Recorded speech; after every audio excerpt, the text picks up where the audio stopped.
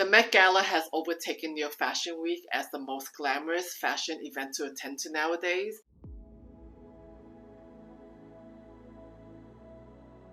It happens the first week of May, with the exception of 2020 where it happened virtually, and last year it happened in September. Since last year's exhibit, In America, a lexicon of American fashion, was late, this year is a continuation of that exhibit, In America, the anthology of American fashion. Before I go any further, please subscribe and help me grow this channel. Thank you. The dress code for this year was to be in either one of these two categories. The first category was Gilded Glamour. It specifically points to a period of the Gilded Age of New York from 1870 to 1900. The upper class had a more is more approach to fashion. The fashion was brightly colored, it used multiple fabrics, and is often paired with dramatic accessories like feather hats and opulent embellishments. The second category is white tie. This is attire for formal events of the day like going to the opera. Women wore tulle gowns that exposed their cleavage and sport white gloves with it, while men wore top hats and coattails. Let's start with the looks that didn't make the cut for this year's Met Gala for me. So these looks got a big fat F from me for either failing or just being fugly. So what would this list be without a Kardashian-Jenner making it? Let's start off with Kourtney. She missed the assignment completely. Her interpretation of the theme and her response to La La Anthony was very rude and entitled. She was invited to a very extravagant event and she couldn't even bother to give the theme a second thought. So Kourtney, when you heard that the theme was Gilded Glamour, like what did that mean to you? I honestly didn't really think about it. But yeah, I feel like this is like it, and then mine's like falling, like dripping off of him. Her whole outfit was very unflattering to her. Overall, there was a lot of talk about the dress code being very strict and formal this year. I don't know how this was allowed. Then we come to Camila Cabello. I don't understand this dress at all in relation to the Met Gala this year. The fit was very unflattering on her and her body proportions. She completely missed the assignment. I didn't understand how she took this dress to fit into the theme of Gilded Glamour. Then we come to the twofer of Nicola Peltz and Sebastian Stan. This is nothing but a walking ad for Valentino, and I don't really think it has anything to do with the Met Gala this year. It's giving me the same vibes as the Louis Vuitton gang walking ads. However, Louis Vuitton at least has some elements of the Gilded Age, even though the looks didn't make the cut for me. This is a case of some brands participating because they can afford to buy the tables and it's a great marketing scheme. Next we come to Emily Ratajkowski. This whole look is so unflattering on her. She definitely missed the theme and she definitely missed the assignment. This is a case where a pretty girl thinks that she could put anything on and it looks good, and as you can see, that's not the case. And we come to Chloe Bailey. The accessories for this dress was so far off, it looks like it belongs to two completely different looks. This look did not follow the theme. It looks more like a DIY prom dress than it is for the Met Gala. If she wore this to the Camp Met Gala, I think it would have been a lot more appropriate. And we come back to the Kardashian-Jenner clan. This time we have Kylie Jenner. This look is a no for me. It's giving me bad bridal vibes. Somehow this gives me the idea of what Gen Z think that they should wear to the Met Gala. This is giving me let's throw everything but the kitchen sink vibes, but in a very bad way. The top portion is giving me let's go to a ball game, while the bottom is let's go to the prom. And how can we forget Kendall, who is doing a dark academia version of Kylie. It's unfortunate that Gwen Stefani is making this list. She missed the assignment totally for someone who is deemed to be very fashion forward, and she had her own fashion brand. It was very unflattering for her body proportions. She looks like a highlighter to me. I'm not sure if this is the right dress for the Met Gala. Honestly, I don't even know where this dress is appropriate. Lastly, we have Olivia Rodrigo. This is the issue I have with Olivia's personal style. It's very one-dimensional, and this look is not giving me the Met Gala vibes. It looks like a dress that she would wear to the prom, but it should not be worn to the Met Gala, especially when the theme is Gilded Age and Gilded Glamour. This is a case where personal branding supersedes what's dress code appropriate for the Met Gala. Here are all the looks that were a mixed bag for me. They had some good elements and some bad elements. They teetered between good and bad, so I decided to create a mixed bag list. I'm breaking down the looks and you'll see why. Let's start off with Gigi Hadid. There's elements of glamour and opulence in this look. There is corsetry element in this look, so it is giving me Gilded Age. She's also dressed proportionate to her body, so it looks good. And the minimal hair and jewelry does complement the look, so the outfit speaks for itself. But with that being said, it's giving me the raw Met Gala vibes. This is why I didn't particularly care for this look for the Met Gala, and it didn't make it to my best dress list. Kim and Khloe Kardashian. They are in the same category because essentially they're wearing the same outfit. Their look is very flattering to their body types, but Khloe did it better because it was more on theme than Kim's dress. It was more gold and embellished, giving the gilded glamour aesthetic. Kim wearing the Marilyn Monroe dress was more of a PR stunt than it was for the Met Gala. I'm fairly amazed in how Kim was able to shrink her butt to fit into that dress, considering that Marilyn Monroe had to be sewn into that dress. It makes me question whether that was the real dress or not. Because I work in fashion, it makes me question what that dress was made of. Was the dress made out of stretched jersey, and was the fabric available during that time? Next, we have Gemma Chan, who was part of the Louis Vuitton gang. In terms of design, it was on theme with the embellishment and the cape. However, what killed it for me was it was just very unflattering on her.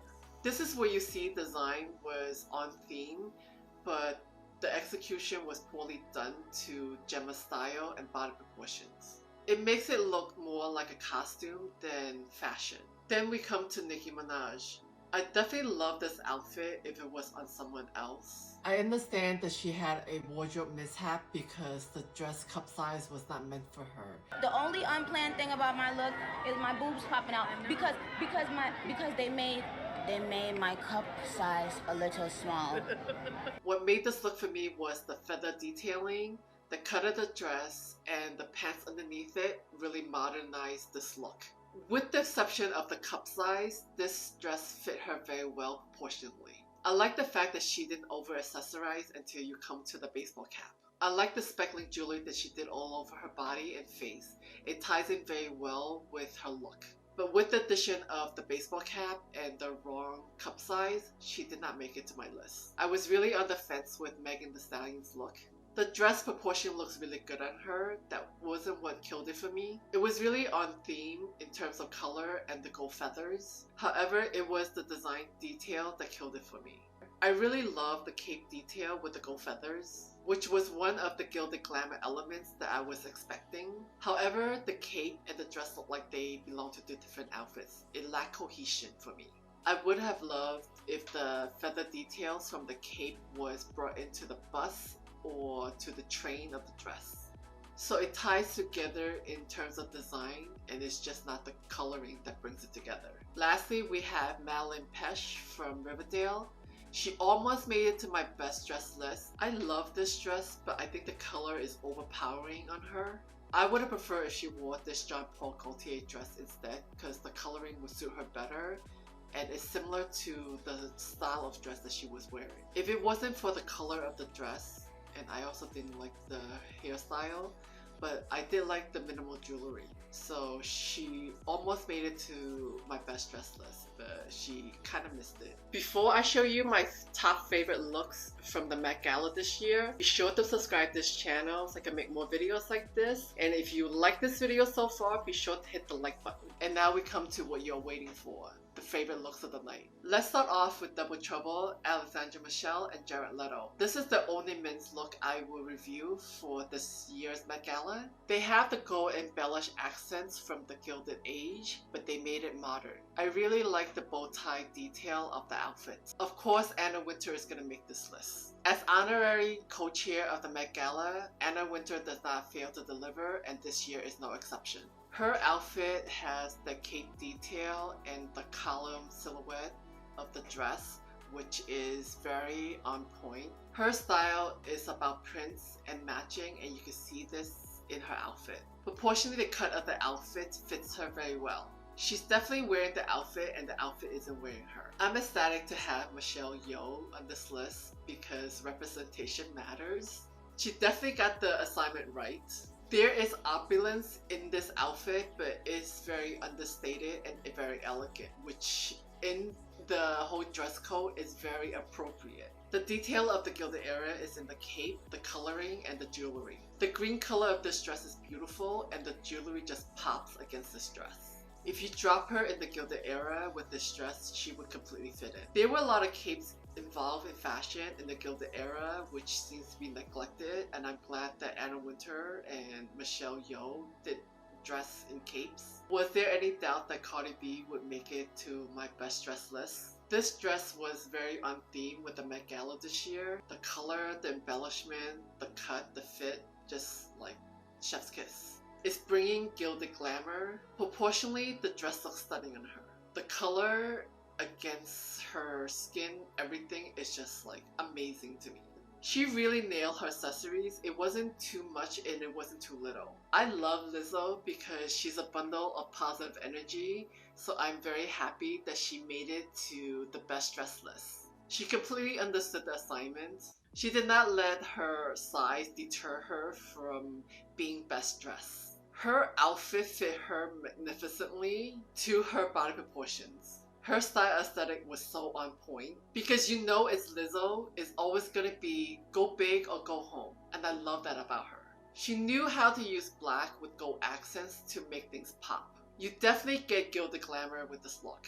Her whole look works so well together, even with the flute.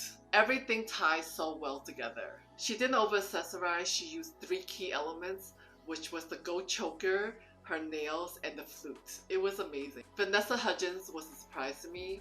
She literally froze for fashion. It definitely goes back to the theme of the soft chiffon of the Gilded era. The design details with the chiffon, the embellishment, and the sleeve cap elements really worked for me. But it's also giving a 2022 fresh take. Her hair and makeup ties together with the Gilded glamour look. Lastly, without a single doubt, Blake Lively was my favorite look of the night. As co-chair of the Met Gala, she went beyond the assignment. She did extra credit work. The fact that she explained her whole look in full detail was chef's kiss. That gown fit her perfectly, proportionally. The colors look wonderful on her. She does have a personal style aesthetic and it really shines through. I expected nothing less from Blake Lively because I happen to know that she loves fashion and it really shows. Overall, I don't think it was as bad as last year, however it was still lukewarm. Their brands, through the machinations of how the Met Gala operates, took it as an opportunity to market their wares. Then you have attendees who did not appreciate what the Met Gala means to fashion. Then you have celebrities that were self-promoting themselves without the appreciation of fashion as an art form, even though they have a reputation of being fashionable. I would like to see the future of the Met Gala return to the glamour of China through the looking glass or heavenly bodies. If you like this video, be sure to hit the like button, leave a comment if you have any questions, and be sure to subscribe to this channel. Thank you. Bye.